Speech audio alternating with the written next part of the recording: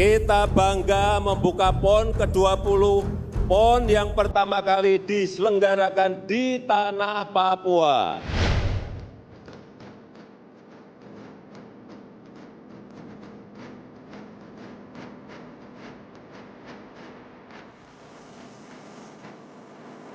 Dulu tenar, kini terlantar. Seperti inilah gambaran nasib berbagai venue bekas gelaran Pekan Olahraga Nasional atau PON di tanah air. Sejumlah venue kondisinya begitu memprihatinkan, bengkalai, tanpa sentuhan perawatan. Tidak mengherankan jika gegap gempita Pesta Olahraga Nasional selalu saja menyisakan fakta miris di ujung cerita. Padahal, anggaran besar diguyurkan untuk membangun beragam fasilitas olahraga berstandar internasional agar terselenggara dengan lancar dan tentu saja demi nama baik daerah pelaksana. Namun ironisnya, setelah event 4 tahunan itu usai, keberadaan infrastruktur sejumlah venue justru diabaikan begitu saja, tidak terawat dan akhirnya rusak. Pemerintah seolah tak mau belajar dari penyelenggaraan PON sebelumnya. Sebagai contoh, pasca gelaran PON ke-18 yang digelar di Riau pada 2020 silam. Sejauh pengamatan kami di lokasi, 10 tahun berselang, sejumlah venue ex-PON yang tersisa ini sudah tidak terawat. Kondisi tersebut juga terjadi pada sejumlah venue ex-PON ke-19 di Jawa Barat dan PON ke-17 di Samarinda, Kalimantan Timur. Bahkan yang terbaru, pasca PON ke-20 Oktober 2021 lalu, salah satu stadion kebangkitan warga Papua harus terendam banjir. Setelah mampu membangun venue yang terbaik ini, pekerjaan kita belum selesai.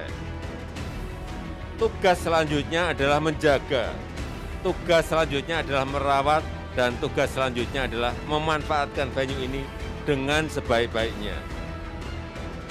Saya tidak ingin setelah nanti PON usai, fasilitas yang telah dibangun dengan dana besar dan berstandar internasional ini justru menjadi tempat yang sepi, tidak terawat dan akhirnya rusak. Pernyataan orang nomor 1 di Republik ini semestinya bisa menjadi alarm pengingat kepada pemerintah daerah penyelenggara PON agar lebih serius lagi dalam memelihara sarana dan prasarana venue olahraga ex-PON. Tim The Journalist akan melihat langsung kondisi sejumlah sarana olahraga ex-PON yang kini terbengkalai. Lantas, mengapa tata kelola fasilitas ex-PON begitu buruk? Benarkah para pemangku kebijakan di tingkat pusat maupun daerah lepas tangan ketika gelaran PON telah usai? Inilah The Journalist. Venue ex-PON dulu tenar, kini terlantar.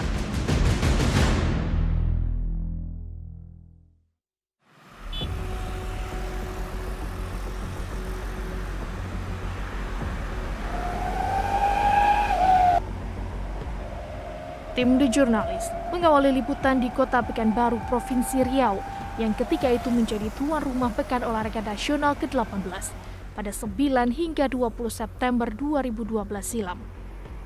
Saat itu terdapat 39 cabang olahraga yang digelar di 10 kabupaten kota di provinsi ini. Sedikitnya 10.000 atlet turut berpartisipasi dalam gelaran PON tahun itu.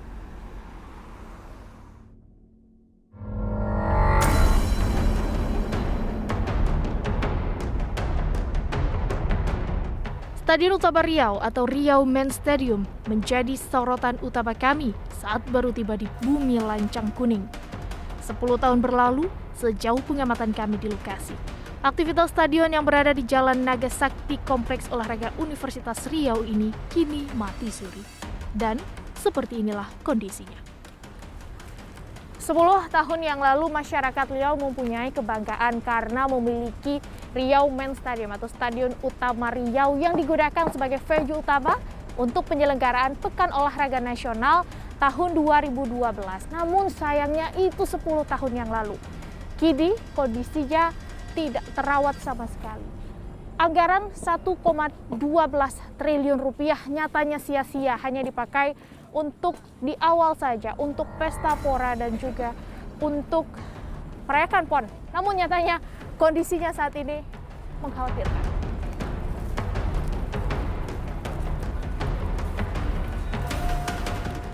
Untuk menuju ke kawasan utama atau bagian utama dari Riau Main Stadium ini saja saya bingung harus melewati bagian mana karena ilalang di mana-mana, kemudian sampah di mana-mana, genangan air juga banyak sekali di sini. Dan stadion ini digadang-gadang harus ya ketika dibangun pada tahun 2009 yang lalu diharapkan dapat menjadi stadion atau salah satu stadion terbesar dan juga terbaik di Asia. Namun jangankan menjadi stadion terbaik di Asia, untuk masalah fungsinya saja tidak sesuai pada saat dibangun dengan setelah prosesnya selesai pada saat ini.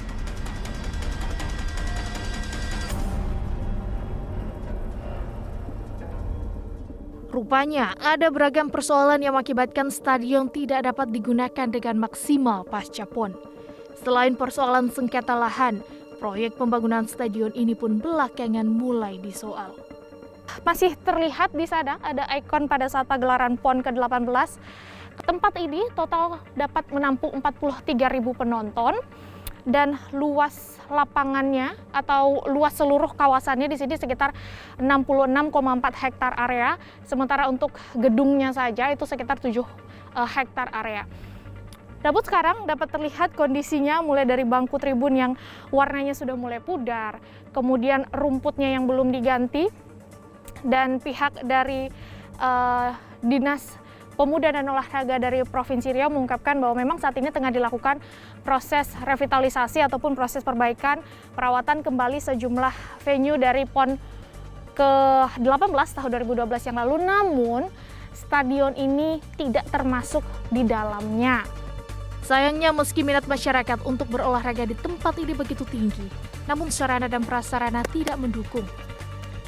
Lihat saja, masyarakat hanya beraktivitas olahraga seadanya di kawasan ini. Padahal, jika tempat ini dapat dipergunakan sebagaimana mestinya, begitu banyak bibit atlet unggulan yang akan tumbuh, berkembang, dan mampu bersaing di kancah olahraga tanah air. Sayang sekali bangunannya yang dibangun cukup mahal, tapi nggak dirawat. Kalau bisa, jangan hanya bisa membangun, merawat juga, supaya bisa dimanfaatkan oleh masyarakat yang ada di Pekanbaru ini khususnya. Ini kan Bapak sebagai pelatih olahraga juga ya Pak, yang melihat banyak sebenarnya fasilitas olahraga di Pekanbaru tapi tidak terawat. Apa harapannya kepada pemerintah Pak? Lebih diperhatikan lagi, lebih diperhatikan lah. Apalagi ini kan masih banyak olahraga tuh yang bakat-bakat tuh yang bagus tapi nggak berkembang. Karena itulah pemerintah daerah aja lah kan masih kurang perhatikan. Contoh kayak kejuaraan untuk anak-anak masih kurang, lagi untuk dewasa.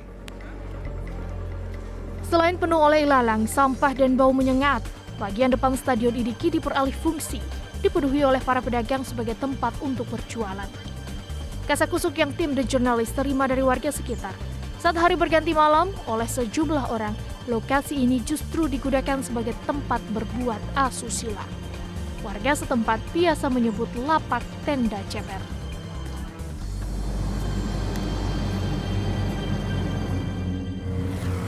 Dan memang beberapa waktu yang lalu sempat adanya banyak tenda-tenda pendek atau disebut juga dengan tenda ceper yang dinilai merasakan masyarakat, sehingga dilakukan penyisiran dan juga razia. Nah sekarang saya juga akan langsung melihat bagaimana kondisi pada malam hari di sekitar Riau Main Stadium ini bersama dengan pihak dari Polsek Tapan. Kita ikuti bersama. Karena banyaknya semak-semak itu sudah sempat ditertibkan ya sama dari Polsek, mereka sampai masuk-masuk semak-semak. Cuman sekarang tempat-tempat yang dijadikan spot-spot itu sudah disisir semua, udah dirusakin semua. Dulu sempat ada kondom-kondom di dalam semak-semak. Jelas kita untuk pencegahannya kita selalu mengingatkan dari pihak-pihak pelaku-pelaku usaha di sini untuk tidak melakukan pembiaran terhadap kegiatan yang menyimpang ini. Kalau kita menemukan adanya yang praktek ini lagi, yang jelas kita melakukan tindakan secara tegas kepada pelaku usaha maupun dari pihak yang melakukan asusila tersebut. Stadion Utama Riau hanya satu dari total 14 venue X-PON ke-18 di bawah pengelolaan pemerintah Provinsi Riau yang kini kondisinya tidak terawat. Masih ada sejumlah venue lain yang kondisinya kini tak terurus, bahkan lebih parah.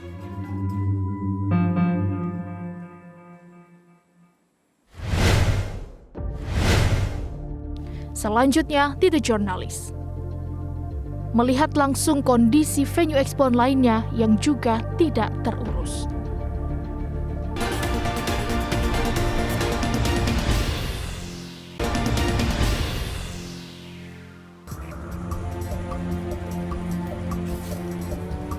Kunci ya? Sama sekali tidak bisa masuk dan sama sekali tidak bisa melihat bagaimana kondisi yang ada di dalam, namun gambaran dari luar memang hanya tinggal kerangka saja.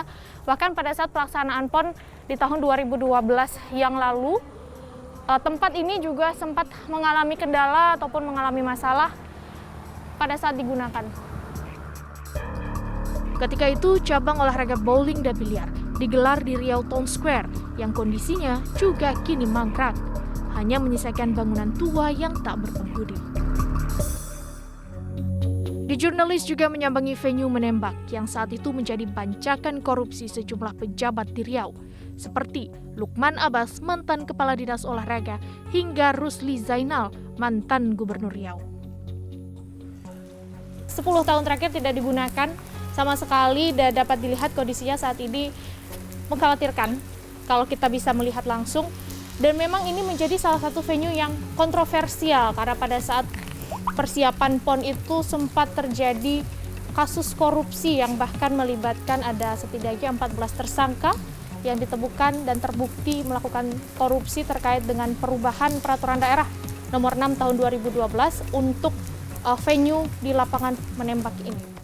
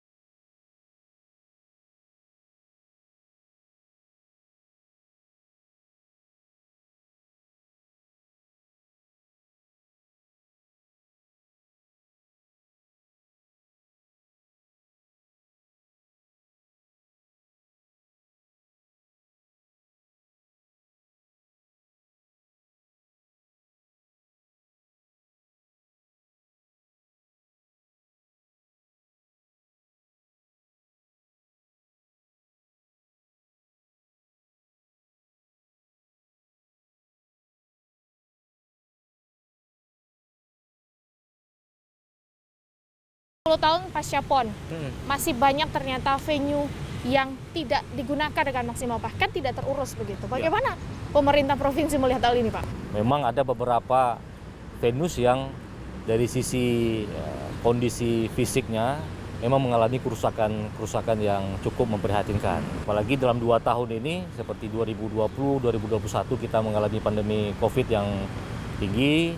Ya, akhirnya kita ada beberapa waktu kita menutup segala aktivitas di venue-venue tersebut. Ya, tapi sekarang mulai 2021 di bulan November-Desember ketika COVID sudah mulai membaik pada saat itu, event-event olahraga pun juga semakin mulai berjalan. Perhatian pemerintah Provinsi Riau tahun 2022 kita berencana akan merenovasi beberapa venue olahraga, termasuk yang ada di saat ini gelanggang remaja, termasuk salah satu venue yang akan kita renovasi. Apa saja, Pak? Ada di sini yang bisa kita lihat yang akan segera diperbaiki? Ya, di sini ada beberapa titik yang bocor, Mbak, dari sini. Mungkin bisa lihat dari karpet ini yang sudah menggelembung. Ada beberapa titik yang bocor, termasuk juga ada plafon yang juga itu sudah mulai pecah, bocor karena mungkin sudah lama tidak dirawat. Akhirnya ketika hujan yang intensitasnya tinggi itu akhirnya pecah dan sampai ke bawah bocornya, Pak. Artinya pemerintah juga mengakui bahwa kurang perawatan ya, Pak? Ya.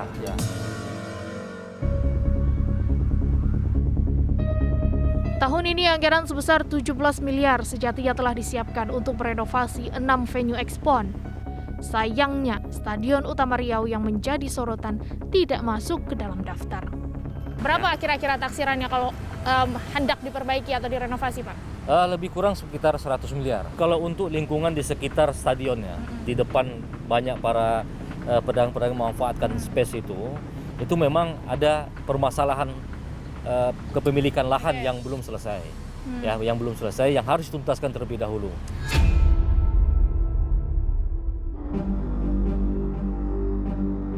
Kami juga menuju ke Stadion Kaharudin Nasution di Komplek Rumbai Sports Center. Stadion ini rencananya masuk ke dalam daftar venue yang akan direnovasi, yakni mengganti rumput dan ruang ganti pemain. Tinggal lagi proses untuk pengadaan penyedia barang dan jasanya. Oh, tender ya? Berarti masih menunggu tender baru mulai dilakukan? Iya, sebelum tender dilakukan, ini ada semacam kajian dari konsultannya untuk penghitungan biaya. Artinya sebelum ini dilempar kepada penyedia jasa, tentu harus ada dikaji dulu.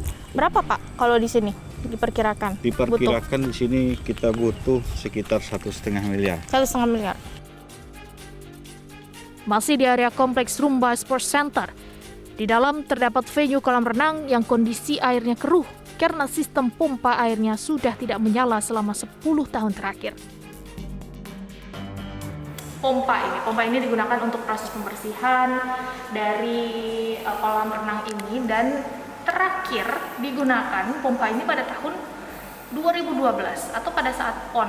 Pasca PON, pompa ini tidak lagi digunakan sehingga proses pembersihan dilakukan secara manual, dan nantinya anggaran yang digunakan untuk perbaikan dari pompa ini sekitar 600 juta rupiah. Dari Pekanbaru Riau, tim The Journalist juga bergerak menuju Kabupaten Pelalawan.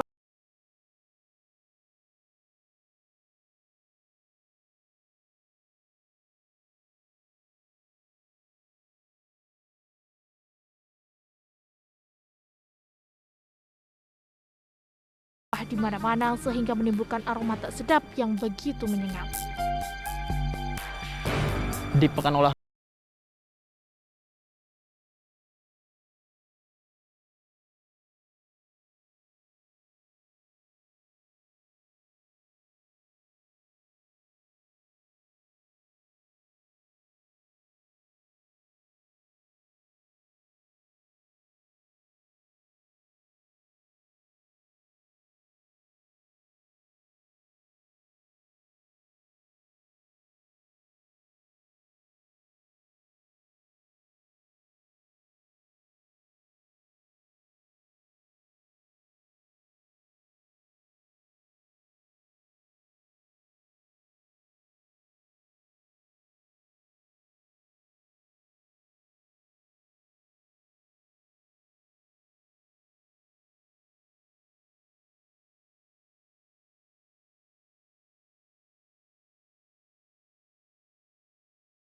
Lolanya.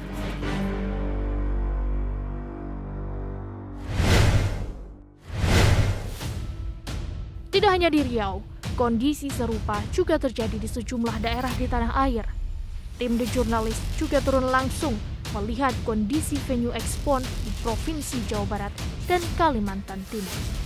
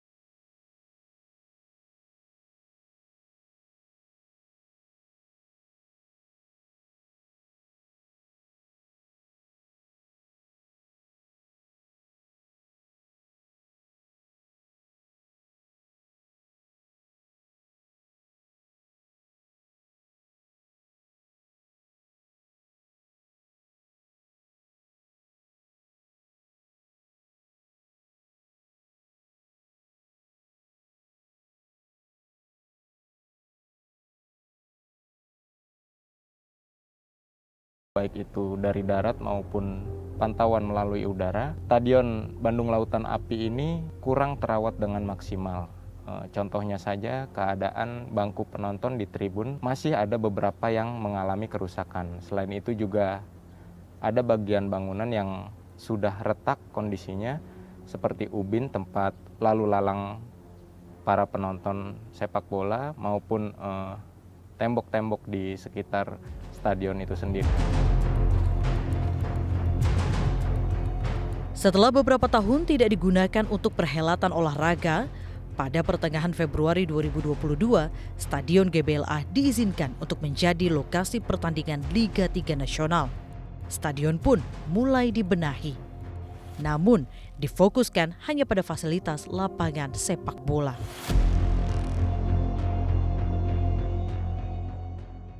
Stadion ini dibangun pada bulan Oktober 2009 dan rampung dibangun pada tahun 2013 yang lalu. Didirikan di lahan seluas 16,9 hektar. Stadion ini juga memiliki kapasitas kursi penonton sebesar 38.000 kursi. Dan lokasi Stadion GBLA menjadi lokasi pembukaan dan penutupan Pekan Olahraga Nasional pada tahun 2016 yang lalu. Tidak terlalu banyak event olahraga yang digelar di Stadion GBLA setelah PON 2016 digelar. Bahkan tadi seperti yang sudah disampaikan oleh rekan saya, baik mulai dari kursi bahkan juga kantornya ini sudah tidak mulai terawat. Namun karena saat ini sudah akan digelar Liga 3 pada Februari 2022 ini, maka perlahan sudah mulai dibenahi. Yang paling difokuskan kalau kami melihat adalah dari sisi lapangan sepak bola. Namun dari segi tribun maupun juga kantornya masih belum juga terawat dengan baik. Untuk itu, pihak Pemkot Bandung, Jawa Barat pun membuka lelang agar ada pihak ketiga yang dapat mengelola Stadion GBLA ini. Namun sampai sejauh ini lelang masih dibuka dan masih terus dalam proses yang dilakukan oleh pihak Pemkot Bandung, Jawa Barat. Kami lalu mengkonfirmasi sejumlah persoalan yang membelit Stadion GBLA kepada Dinas Pemuda dan Olahraga Kota Bandung, Jawa Barat selaku penanggung jawab pengelola. Sayangnya, Kadispora Kota Bandung, Edi Marwoto, menolak untuk diwawancara. Melalui pesan singkat, Pak Kadis beralasan, Stadion GBLA masih dalam proses lelang sehingga yang berhak memberikan pernyataan bukan dirinya, melainkan PLT Wali Kota Bandung.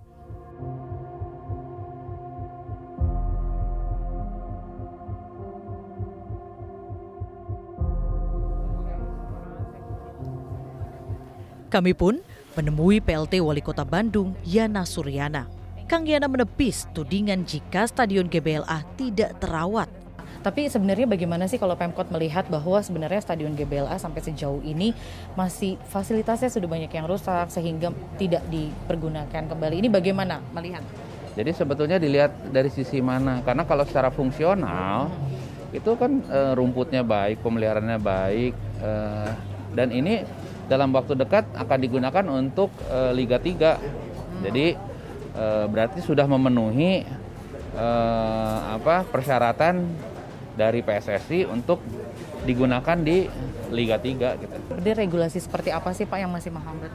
Jadi kan di pemerintah kota atau di pemerintah di birokrasi pasti cukup banyak regulasi-regulasi dan kita harus taat azas. Tidak boleh ada satu regulasi pun yang terlewat ya, dan itu tahapannya cukup panjang gitu, dan kita lalui semua. Insya Allah supaya nanti pada saat berproses itu tidak ada masalah non teknis lah. Dari Bandung, Jawa Barat, tim di jurnalis bertolak menuju Kabupaten Cirebon, Jawa Barat untuk melihat kondisi Stadion Watu Belah. Meski tidak digunakan untuk PON ke-19, namun pembangunan Stadion Watu Belah awalnya diperuntukkan sebagai lokasi PON. Karena tidak rampung saat PON akan dimulai 2016, Stadion Watu Belah batal digunakan. Minimnya anggaran diklaim menjadi kendala lambatnya pembangunan, bahkan hingga saat ini proyek stadion mangkrak. Seperti yang kita lihat saja, banyak sekali rumput-rumput ilalang setinggi lebih dari 30 cm dan juga kita lihat tiang pancang yang seharusnya digunakan untuk pemasangan lampu stadion sendiri terbengkalai begitu saja, bahkan tidak sempat digunakan. Padahal kalau saja stadion ini dilanjutkan pembangunannya dan rampung sebagaimana mestinya, ini seharusnya bisa dipakai untuk pembinaan atlet Jawa Barat, khususnya Kabupaten Cirebon.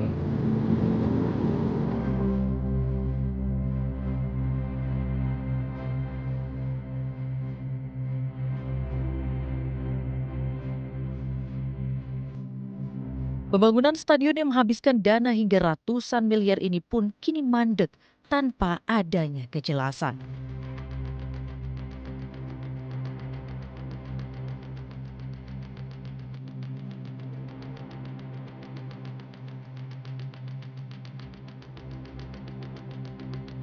Untuk pengerjaan dari Stadion Watubelah ini pun sebenarnya tetap dilakukan hingga tahun 2019.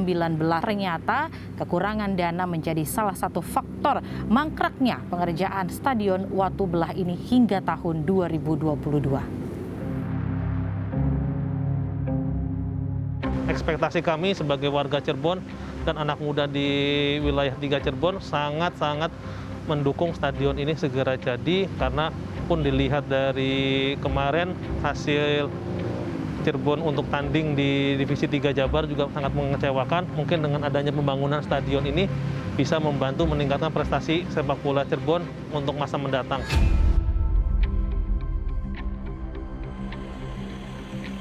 Di Jurnalis menemui Bupati Cirebon Imron Rosyadi serta Kepala Dinas Kawasan Perumahan, Pemukiman dan Pertanahan Adil Prayitno yang saat ini mengelola Stadion Watubelah.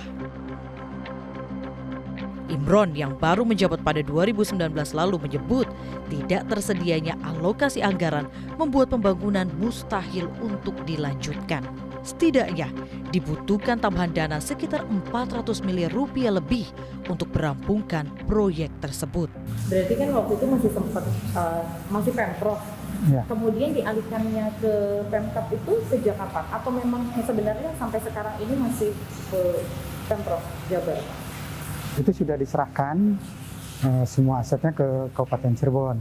Cuman karena dari segi penganggaran, pelaksanaan fisiknya di Kabupaten Cirebon ini masih minim, sehingga ya kita tergantung dari anggaran yang ada. Pemkab Cirebon tengah berdiskusi dengan DPR maupun Pemprov terkait keberlanjutan proses pembangunan dengan berbagai kemungkinan, termasuk keterlibatan pihak ketiga di dalamnya. Kita juga harus ngajak ngobrol atau diskusi dengan DPR juga. Dengan DPR, bagaimana kalau plus minusnya kalau dikelola oleh pihak ketiga. Kalau di pihak oleh pemerintah tentunya ngobrol tentang masalah anggaran ya. Karena anggaran kita kan bukan hanya untuk olahraga, tapi semua leading sektor yang berhubungan dengan masyarakat.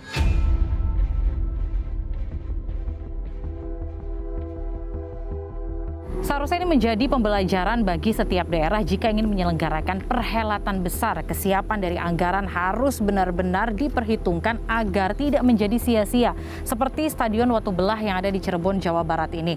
Semoga nantinya PON 2024 yang berlangsung di Aceh dan juga Sumatera Utara benar-benar sudah dipersiapkan secara matang, baik dari segi kesiapan anggaran, infrastruktur, seluruh sarana dan prasarana, agar PON di 2024 mendatang benar-benar berjalan dengan maksimal. Selanjutnya di Jurnalis, kami akan melihat lokasi venue Expon di Samarinda, Kalimantan Timur. Pemerintah daerah dalam hal ini juga kesulitan dalam masalah anggarannya. Saya kira ini problema klasik lah gitu ya. Tapi di dalam konteks pemeliharaan dan perawatan nampaknya kita masih harus belajar banyak.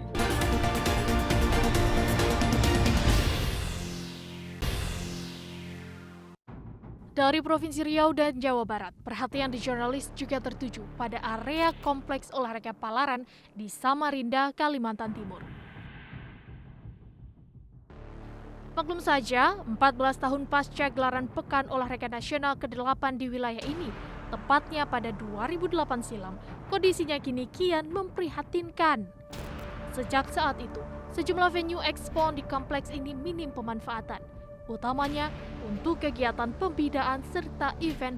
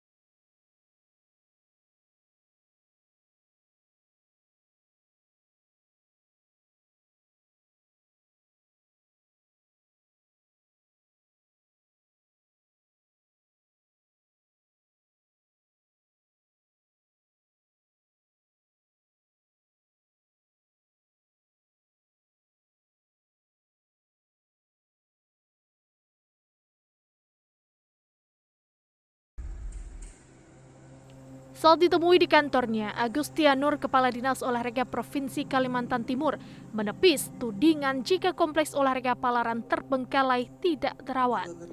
Agus menyebut, meski fungsinya saat ini tidak maksimal, namun sejumlah venue tersebut dimanfaatkan untuk kegiatan pelajar sekolah keolahragaan atau SKOI. Meski kondisinya tidak terawat, kawasan ini masih digunakan sebagai tempat penyelenggaraan Piala Gubernur pada tahun 2018 lalu dan pertandingan uji coba Timnas U19 berhadapan dengan Putra Samarinda U21. Kalau kita mau objektif, kita jangan melihat semata-mata Stadion Palaran Ekspon Kaltim 2008, tapi juga coba kita lihat yang ada di Sumsel, yang juga Stadion Eksponnya, kemudian yang ada di Riau juga kita lihat, ya semua mengalami hal yang sama dengan Stadion Utama Ekspon yang ada di Kalimantan Timur. Nah, saya yakin juga Papua yang kemarin melaksanakan PON juga pasti juga menghadapi masalah yang sama dengan kita dan provinsi lain. Lokasinya yang jauh dari pemukiman warga membuat komplek tersebut tidak menjadi pilihan utama masyarakat untuk mencari keringat. Jika kondisi malam hari, kawasan ini disebut-sebut lebih sering dimanfaatkan para pemuda-pemudi sebagai tempat memadu kasih. Dulu ada sih, tapi bukan di dalam stadion, di luar. Oh, stadion itu kan dipagar, ditutup. Ada security, muka belakang, keliling, ronda tiap jam. Di Undang sore sudah ditutup. Kualitas sarana dan prasarana olahraga pasca gelaran Pesta Olahraga Nasional memang tidak dapat dilepaskan dari tanggung jawab pemerintah daerah setempat sebagai tuan rumah. Padahal, jika sejumlah venue ekspon yang kondisinya kini memprihatinkan dapat dirawat, dijaga, dan dimaksimalkan untuk pembinaan, tentu akan mendorong prestasi atlet lokal. Kami lalu menemui Marsiano Norman, Ketua Umum Komite Olahraga Nasional Indonesia atau KONI Pusat di kantornya pada akhir Februari lalu. Secara tegas, Marsiano menyayangkan jika terdapat sejumlah venue ekspon yang terbengkalai. Tidak bisa kita pungkiri, di dalam pemeliharaan venue-venue ekspon itu sendiri, pemerintah daerah dalam hal ini juga kesulitan. Pasti kesulitan dalam masalah anggarannya. Venue PON yang sudah terbengkalai ini, kemudian nanti ke depannya, kerjasama siapa saja yang dibutuhkan untuk bisa membuat ini menjadi maksimal lagi, Pak, menurut Bapak? Tapi harus ada kolaborasi dari pimpinan cabang olahraga di daerah itu. Kedua, dengan KONI provinsi yang ada di daerah itu, termasuk KONI kabupaten kota yang ada di daerah itu. Kemudian juga dengan Dinas Pemuda dan Olahraga yang ada di daerah itu, kemudian semuanya di bawah supervisinya gubernur atau kepala daerah. Dengan cara seperti itu, venue-venue yang tersebar di daerah-daerah ekspon itu akan bisa terpelihara. Sedangkan Kementerian Pemuda dan Olahraga, KONI Pusat, pimpinan pusat dan pimpinan pengurus besar cabang olahraga yang menjadi stakeholder penting, kita mendorong masing-masing unsur yang ada di bawah kita untuk melakukan kegiatan itu. Dan satu lagi, peran serta masyarakat. Sah-sah saja jika pemerintah pusat menerbitkan Perpres nomor 86 tahun 2021 mengenai desain besar olahraga nasional yang dijalankan oleh Kementerian Pemuda dan Olahraga. Tujuannya tentu saja demi meningkatkan olahraga, baik itu prestasi, olahraga pendidikan, rekreasi, hingga industri olahraga. Bahkan, hal tersebut diperkuat dengan disahkannya Undang-Undang Sistem Keolahragaan Nasional. Namun, apa jadinya jika kondisi ini tidak diimbangi dengan pemeliharaan sarana dan prasarana olahraga yang tidak memadai? Tentu tak akan ada artinya. Kami lantas mempertanyakan persoalan ini kepada Zainuddin Amali, Menteri Pemuda dan Olahraga. Namun sayang, beberapa kali permintaan waktu untuk wawancara dengan menteri pun ditolak begitu saja. Tim The Journalist mencoba mengonfirmasi hasil temuan yang dilakukan di 3 lokasi eks-penyelenggaraan Pekan Olahraga Nasional, yakni di Samarinda, Pekanbaru, dan juga Jawa Barat, kepada Menteri Pemuda dan Olahraga Republik Indonesia, Zainuddin Amali. Kami sudah mengajukan surat dan juga sudah berkomunikasi dengan pihak dari Kemenpora. Namun, Menteri Pemuda dan Olahraga Zainuddin Amali menolak untuk memberikan pernyataan ataupun konfirmasi terkait dengan hasil temuan kami. Meski pengelolaan venue ekspon ini diberikan kepada pemerintah daerah, pemerintah pusat dalam hal ini Kemenpora dan juga Menpora wajib untuk mendukung agar pemerintah daerah sebagai tuan rumah penyelenggaraan PON di 3 daerah sebelumnya wajib untuk mendorong mereka agar bisa meningkatkan kualitas dari olahraga nasional. Namun sayangnya yang bersangkutan tidak memberikan pernyataan apapun. Lebih jauh, Joko Pekik, pengamat olahraga, melihat jika tidak matangnya penyusunan perencanaan pasca PON menjadi salah satu penyebab terbengkalainya sejumlah venue olahraga. Ya, saya kira ini problema klasik lah gitu ya. Yang dimana kita itu gampang dan bisa membangun sarana olahraga yang begitu megah, begitu mewah gitu. Tapi di dalam konteks pemeliharaan dan perawatan nampaknya kita masih harus belajar banyak. Kenapa demikian? Ini berawal tentu dari kebijakan kita terkait dengan penyelenggaraan PON.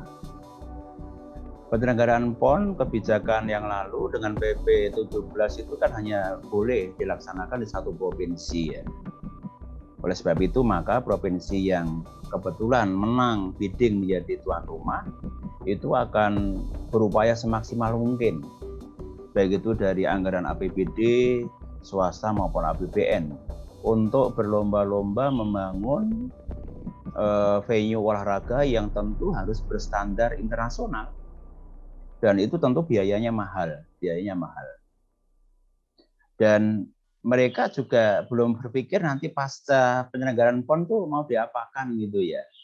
Nah, sehingga problemnya ada di masalah perencanaan ya.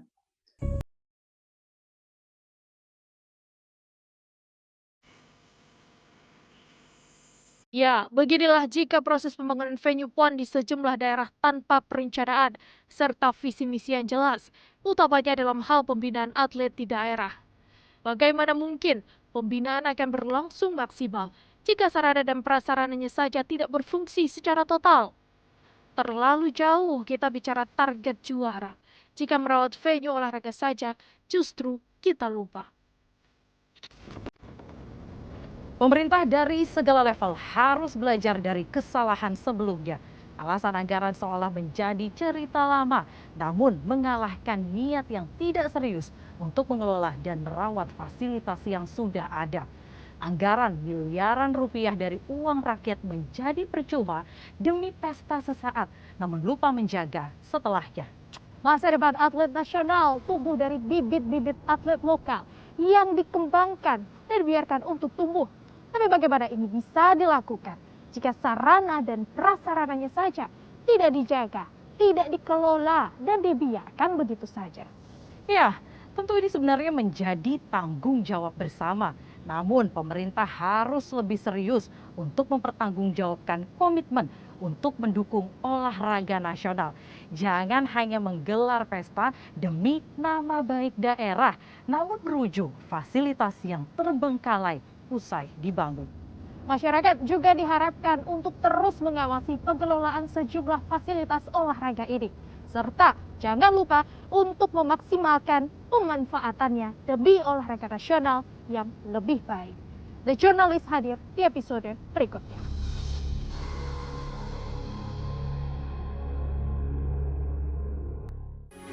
Metro TV